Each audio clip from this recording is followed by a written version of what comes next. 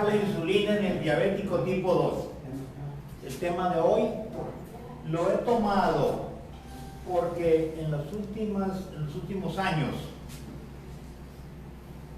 ha habido un crecimiento en la indicación de la aplicación de insulina, sí, en todas aquellas personas que no han podido controlar su azúcar con medicamentos tomados, antidiabéticos orales. Y entonces la opción por la que han seguido, sí, los diferentes médicos y especialistas ha sido utilizar medicamentos inyectados del tipo de la insulina para el control del padecimiento y bajar los niveles de azúcar en sangre. Mi nombre es Carlos Miyazaki, soy especialista en alteraciones metabólicas del azúcar. Un saludo a todos los videntes que nos miran a través de redes sociales, especialmente para los amigos de toda América que nos están viendo en este momento a través de los grupos en los que participamos de Facebook y WhatsApp. Bien, entonces este tema, la ocurrencia, es porque me parece que hay un exceso en la utilización de medicamentos en las personas diabéticas. Y aquí se ha dado, digamos, se puede decir que el personaje del que vamos a hablar normalmente es una persona que se encuentra entre 50 y 64 años, tal vez un poco más arriba, que ha sido multitratado con medicinas a lo largo de muchos años, por más de 10 años por lo menos, que probablemente ya tiene un daño en los ojos y un daño a nivel de riñones, ¿sí? Empezaron a fallar, que tienen un alto riesgo cardiovascular, que llevan una vida sedentaria, ¿sí? Y que las medicinas que están consumiendo para el control de su padecimiento no logran controlarle su problema. Entonces, poco más o menos sería el perfil de las personas que les están indicando el uso, la aplicación de insulina para su control. ¿Sí? Entonces, en primer lugar,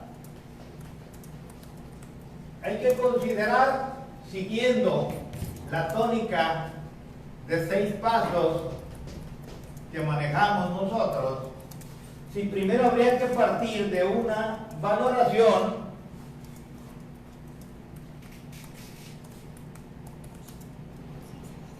del caso.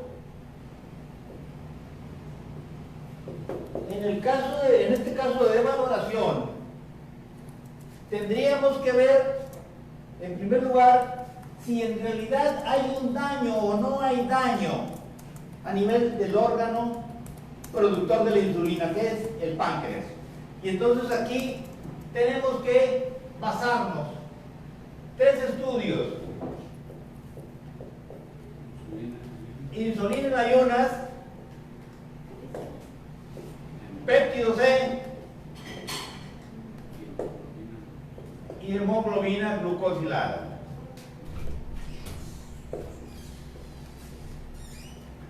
Dependiendo de cuál sea la valoración del laboratorio, vamos a poder, digamos, interpretar si hay un daño en el páncreas y cuál es el porcentaje.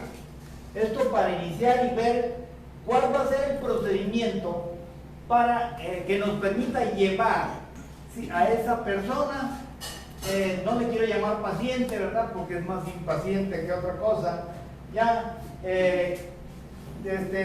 llevarlo a eliminar la aplicación de la insulina. ¿Sí? Entonces, una vez hecha la valoración, si nosotros tenemos que hay una insulina mayor de 10, indudablemente, si hay un nivel de arriba de 10 de insulina, sí, muy probablemente esta persona viene o está todavía en una situación de diabetes tipo 2, en donde hay un nivel de resistencia a la insulina, y por esa razón la insulina está aumentada. Sí, cuando, digamos, el nivel se encuentre, por decirlo así, abajo de 5, sí, hay posibilidades de que sí haya un daño, sí, a nivel de páncreas, ¿no? Y entonces hay que considerarlo de otra manera. Tenemos el péptido C. El péptido C, normalmente lo ideal, lo deseable es que tenga un nivel de más de 3.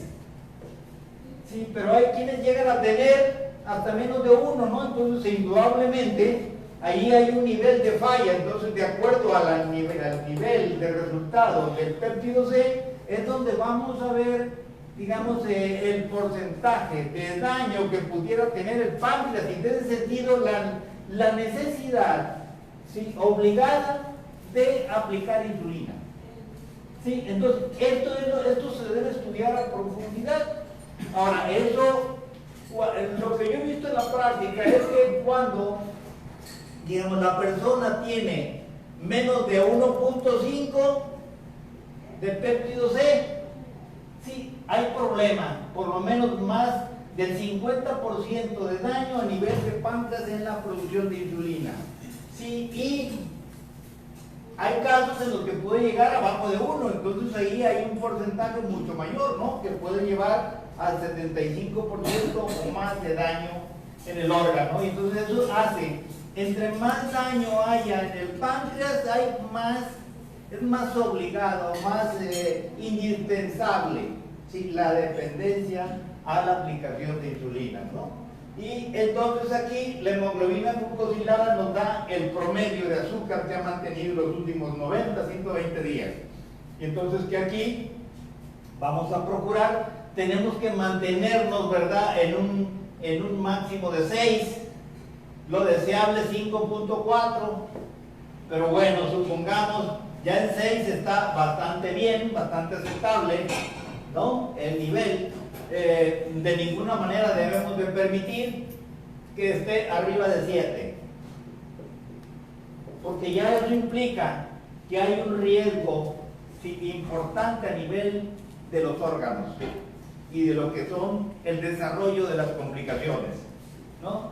Y entonces, luego de esa valoración, imaginémonos que, por ejemplo, tiene hay una valoración de que hay un daño aproximado del 50% en páncreas. Sin ninguna duda, hasta ahorita no me he topado con ningún caso en donde le podamos retirar la insulina, la aplicación de insulina, sino, o sea, que no habría ningún problema en hacerlo. O sea, todo se puede solucionar a través fundamentalmente del segundo paso, la alimentación.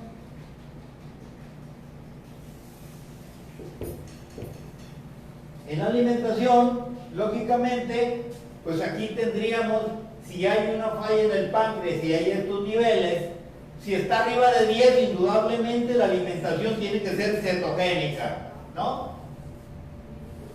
Pero esto no es absoluto. O sea, si la insulina en ayunas está abajo de 10, o sea que se supone que hay falla en la producción, digamos, sobre todo pudiera estar alrededor de 5, a pesar de que no guarde dietas, aún comiendo panes y azúcares, y la persona tiene un nivel de 5 de insulina, quiere decir que probablemente tiene un daño, ¿sí?, en el páncreas, ¿no? Y entonces, en ese sentido, la alimentación va a variar, y entonces la alimentación no debe ser cetogénica, sino que debe ser una alimentación, digamos, más amplia, o sea, más completa, se puede decir medio cetogénica. Sí, o sea que hay que cuidar, por supuesto, si la generación de azúcares y la transformación, la ingesta de alimentos que se hacen azúcar, pero sin ser demasiado estricto, ¿no? Entonces cada caso es diferente. Sí, o sea que por eso es que hay que personalizar, no hay reglas. Estos solamente son criterios de cómo manejar ese tipo de personas con el padecimiento, ¿no? Ahora, hay que considerar en la alimentación otras dos variables. Una es, en primer lugar, sí, conocer cuál es el tipo de sistema nervioso que tiene la persona. No va a ser la misma alimentación para quien tiene un sistema nervioso predominantemente simpático o una persona que tiene un sistema nervioso predominantemente parasimpático, ¿no? Entonces eso nos va a variar en la alimentación. ¿Sí? El otro punto de vista sería, tenemos, de acuerdo a otros criterios, tenemos tres tipos, digamos, de alimentación. Uno que es predominante carbohidrato, alguien a quien le caen muy bien los carbohidratos, alguien a quien le cae muy bien la proteína. Entonces proteico, tipo carbohidrato, tipo proteína, y hay un tercer tipo que es el mixto, ¿no? Entonces hay que identificar su tipo de sistema nervioso y sus características que más convenientes si es predominantemente carbohidrato, proteico o mixto. Entonces ya de acuerdo a eso ya se arma, ¿sí?, el plan de alimentación adecuado. Y entonces es posible, ¿sí?, si tiene un nivel arriba de 10, pues lógicamente podemos llevarlo con una dieta predominantemente cetogénica al nivel de menos 5, perdón, al nivel de 5 o menos, ¿no? Y si no fuera así y tuviera, digamos, por ejemplo, un nivel de 5 de insulina, ya nos hace sospechar en una persona que lleva una dieta entre comillas normal, o sea, comiendo en la calle, con chucherías, sin cuidarse de los refrescos, de los panes, las galletas. Entonces ahí habría que hacer probablemente, porque aquí hay un tipo de la alimentación requerido más de tipo carbohidrato. Entonces ahí hay que hacer esa combinación adecuada y hay que hacer pruebas. Aquí es de ensayo-error, no hay reglas así tajantes, definitivas, ¿no? Y entonces eso se va modificando y se va checando, o sea, periódicamente, por decirlo así, cada semana, cada mes se va viendo. O sea, es un proceso de atención muy particular para cada caso, ¿no? Bueno, entonces aquí, aparte de la alimentación, es posible o es conveniente la aplicación del ayuno.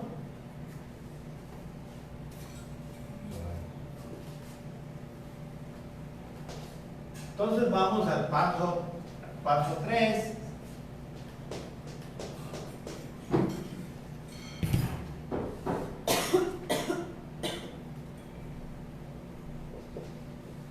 El tipo de ayuno hay que aplicarlo de acuerdo, ¿sí?, a cuál sea el nivel de avance del padecimiento, el nivel de complejidad, el nivel de daño del páncreas.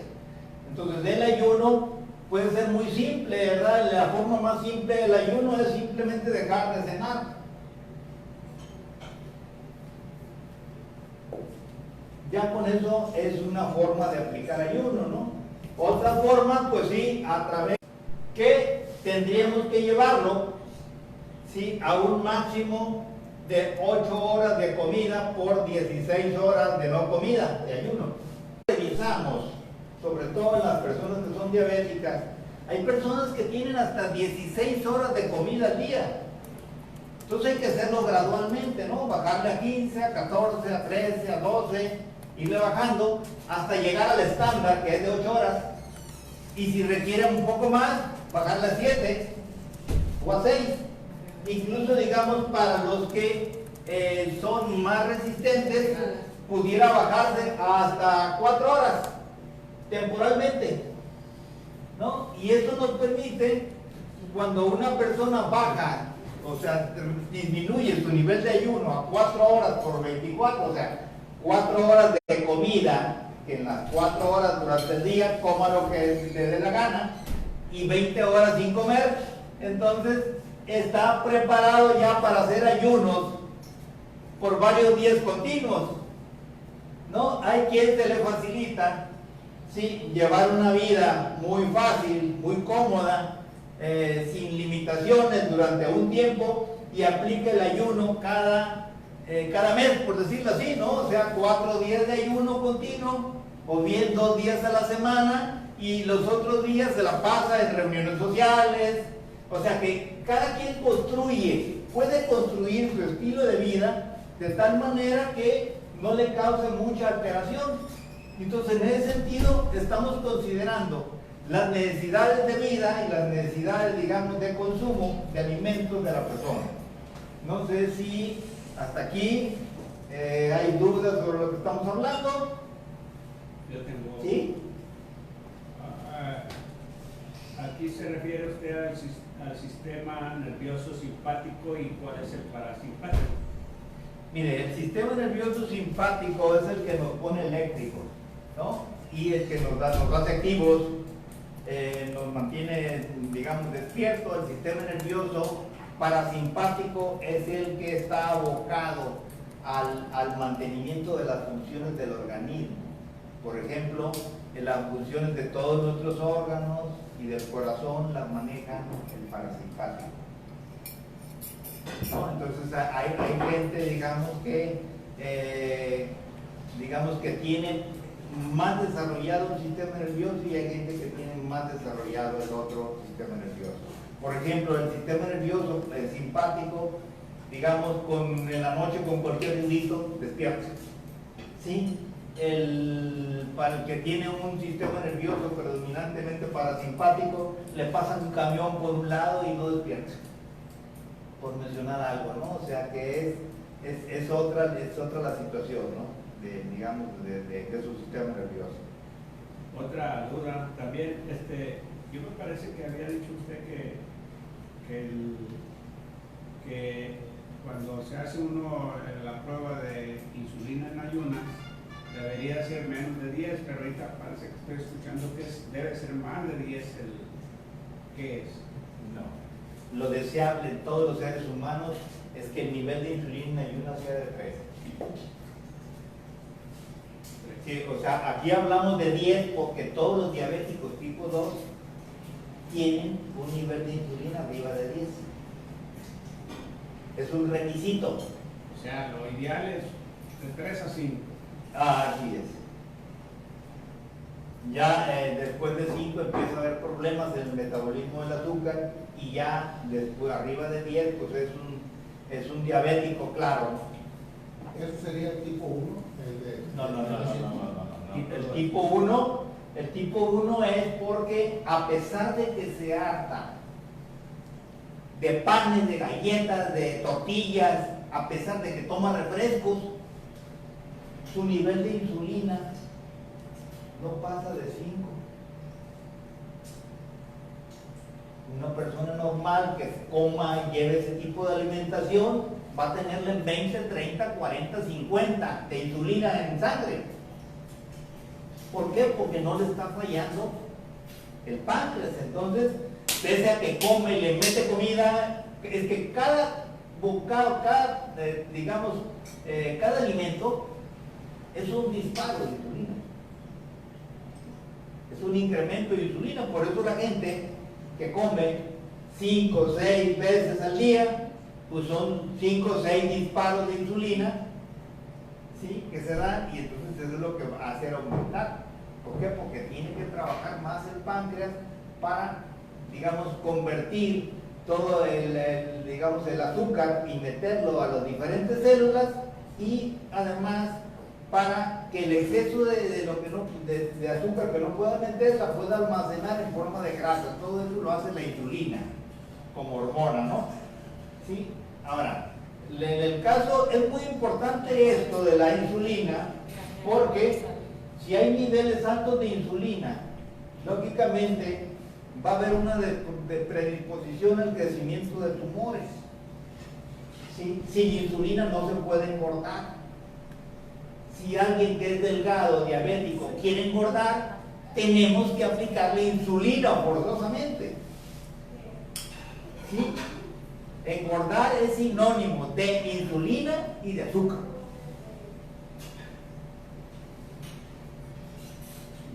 ¿Estamos? No sé si quedó aclarado el punto. Sí, quedó claro. Ya, bien. Bien, entonces aquí vamos a la parte de ejercicio.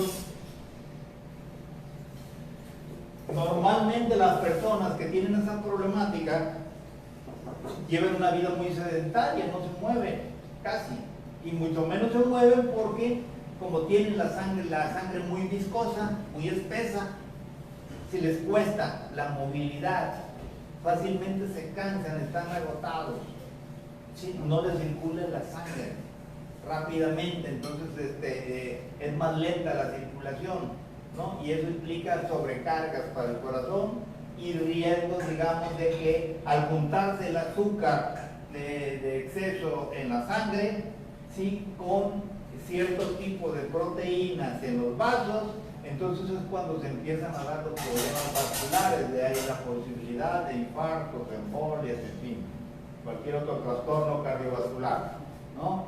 Entonces ahí, en ese sentido, el ejercicio ayuda a algo. No tanto, pero podemos decir que el ejercicio es parte del 20% de la terapia, ¿sí? Para el control y la cura en determinados momentos de la diabetes tipo 2. Pero bueno, aquí estamos hablando del diabético tipo 2 que ya tiene o sea, que se está aplicando insulina, ¿sí? Entonces, si se está aplicando insulina y sus estudios resultan normales, se puede eliminar la insulina sin ningún problema, ¿no? Y por supuesto, eliminar desde ya, de antemano, lo primero que se hace es eliminar las medicinas orales, o sea, los antidiabéticos orales, las medicinas para el azúcar, se eliminan toda vez que se empiece a aplicar el plan de alimentación correcto. Y entonces, si ustedes se han dado cuenta cómo desde el primer día, ¿sí? Quien viene conmigo, le retiro todas las medicinas del azúcar. Y entonces quien tiene insulina, se queda con ella y hasta no hacer las evaluaciones, y una vez hechas las evaluaciones, hay que empezar a reducir, no quitar nunca de golpe la insulina. ¿Por qué? Porque ya hubo un proceso de adaptación del organismo. El cuerpo humano se acostumbra a todo lo bueno y a todo lo malo. Y entonces igualmente hay que hacer ese recambio gradual, ¿no? Pero ya sabemos que sí se puede, de acuerdo a las valoraciones, entonces empezamos a quitarlo, ¿no? Entonces, si vemos que hay, digamos, un nivel muy bajo de precursores de insulina, que es el péptido C, y entonces ya sabemos que esa persona va a tener que depender de la insulina el resto de su vida. Pero en ese caso, sí, lo que podemos lograr es reducir, si no pudiéramos eliminar, sí vamos a reducir, digamos, la utilización de la insulina. Entre menos niveles de insulina se apliquen las personas que requieren insulina, más esperanza de vida van a tener y menos complicaciones. Entonces, por eso vale la pena de todas maneras hacerlo, ¿no? Y de todas maneras, por eso vale, por esa razón, estoy completamente en desacuerdo con las bombas de insulina. ¿Por qué? Pues sí, es muy práctico. O sea, quien tiene aplicado una bomba de insulina es un aparatito, ¿verdad? Digamos que se coloca debajo de la piel y que está suministrando la insulina de acuerdo a lo que coma la gente. Sí, el problema está en que eso va a hacer que la gente coma sin medida, y lógicamente al comer sin medida, pues igual se van a dañar los órganos, no detiene las complicaciones. ¿Por qué? Porque la insulina solamente está cumpliendo una parte de una función, pero con tantos químicos y tantas sustancias inadecuadas que estamos metiendo en el organismo, pues entonces no permite, ¿verdad?, que a nivel de microcirculación pueda detenerse, por ejemplo, la ceguera que sucede en el caso de muchos diabéticos con el paso del tiempo, o bien, digamos, que pierdan sus riñones y entonces caigan en una situación de que ocupen diálisis, hemodiálisis, ¿sí? O bien la posibilidad, no van a tener la posibilidad de que sufran un infarto. No, ¿por qué? Porque los problemas de esos se dan a nivel de la microcirculación. No es solamente a nivel global, digamos, en el funcionamiento del organismo, en lo que es la circulación de la sangre en los grandes vasos, ¿no? Entonces, y por eso vale la pena reducir al máximo la utilización de la insulina y siempre que se pueda eliminar. Y eso es tan posible. Yo en lo personal lo he confirmado porque pues ya llevo varios casos de diabéticos juveniles que ahí está claro que hay una falla en el páncreas y sin embargo varios casos en donde se han podido mantener durante mucho tiempo, varios años, sin aplicación de insulina y en buen estado.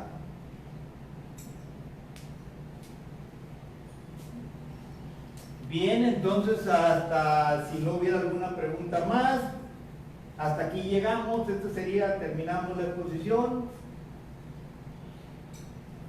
¿Cuál es la alimentación cetogénica? Mire, la alimentación cetogénica, como su nombre lo dice, es la que va a hacer producir cetonas.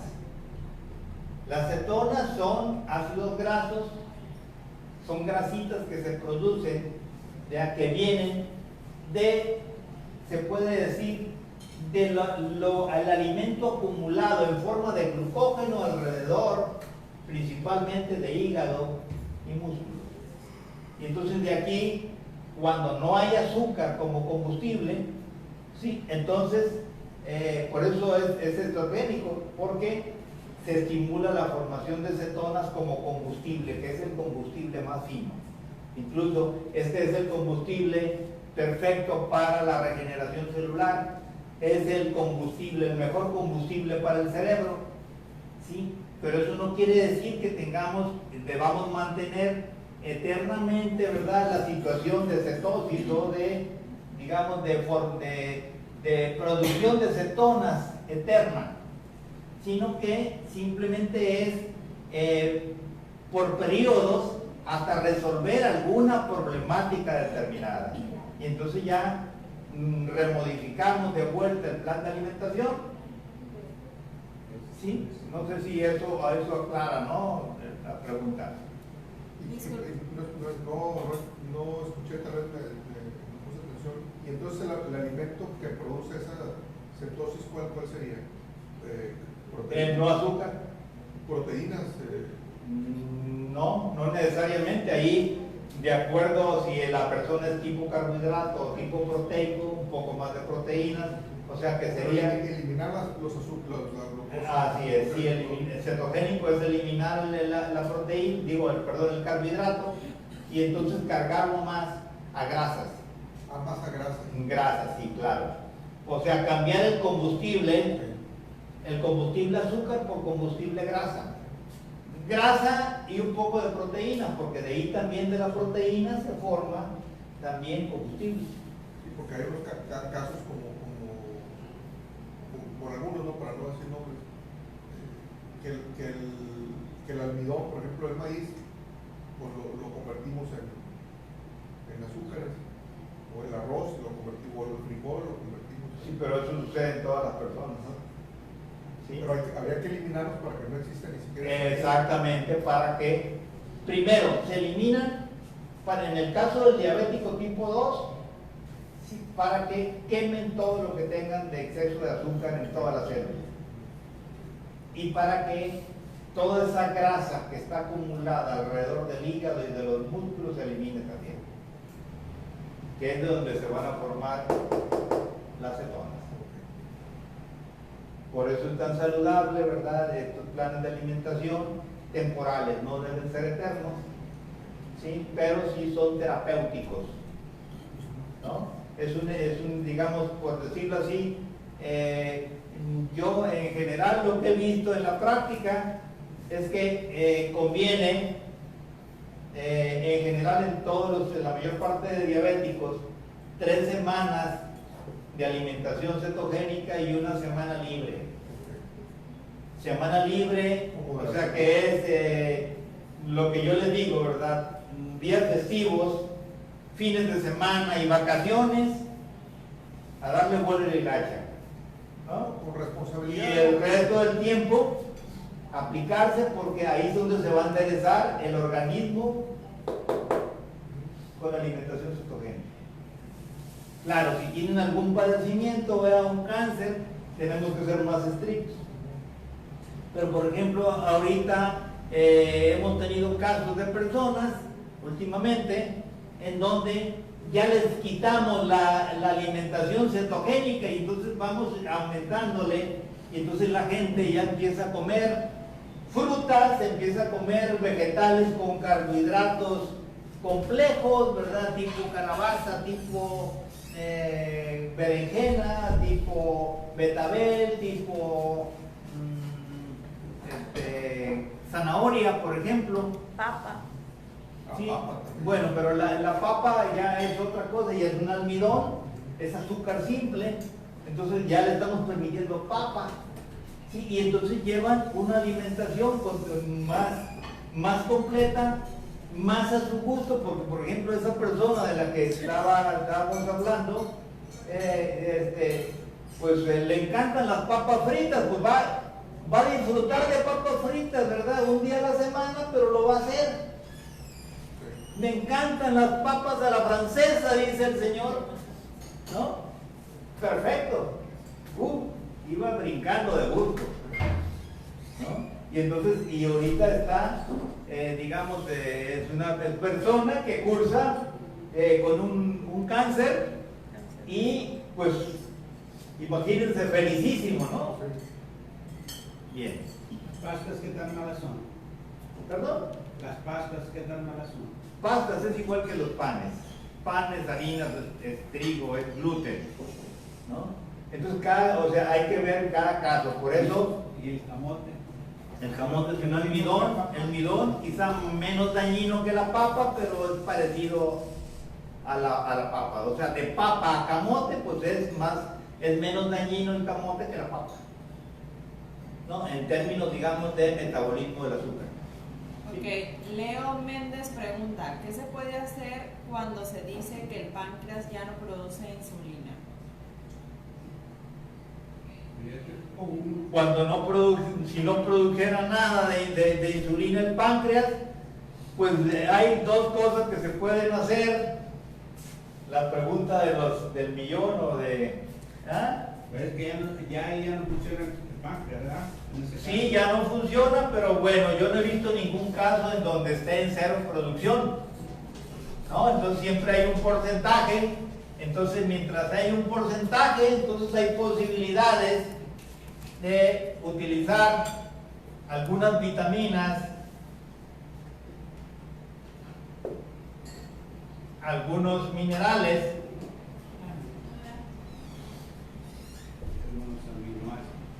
y algunas medicinas naturales que estimulen la producción de insulina del páncreas, que contribuyen a la regeneración. Medicinas naturales, ¿sí? Otra cosa que nos sirve enormemente aquí son los ejercicios de alta intensidad.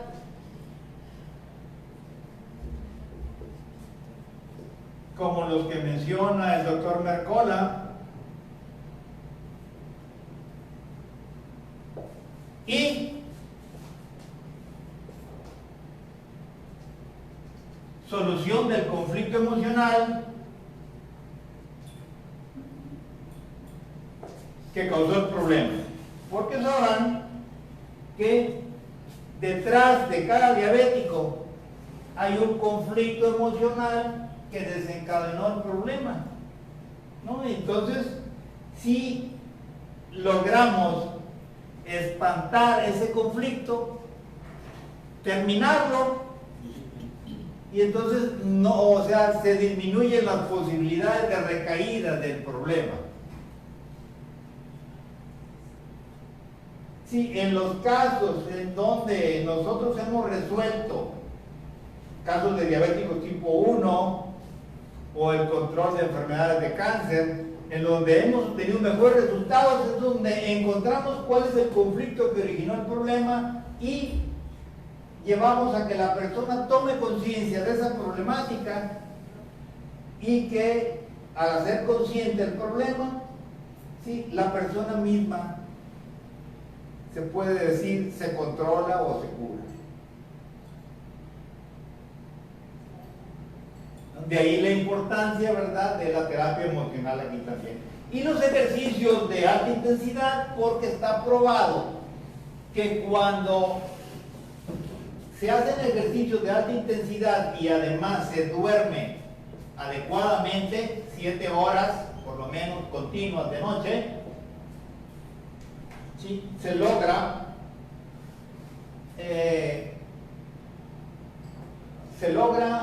resultados extraordinarios. ¿Por qué? Porque es la condición en donde es cuando más aumenta la capacidad de regeneración celular.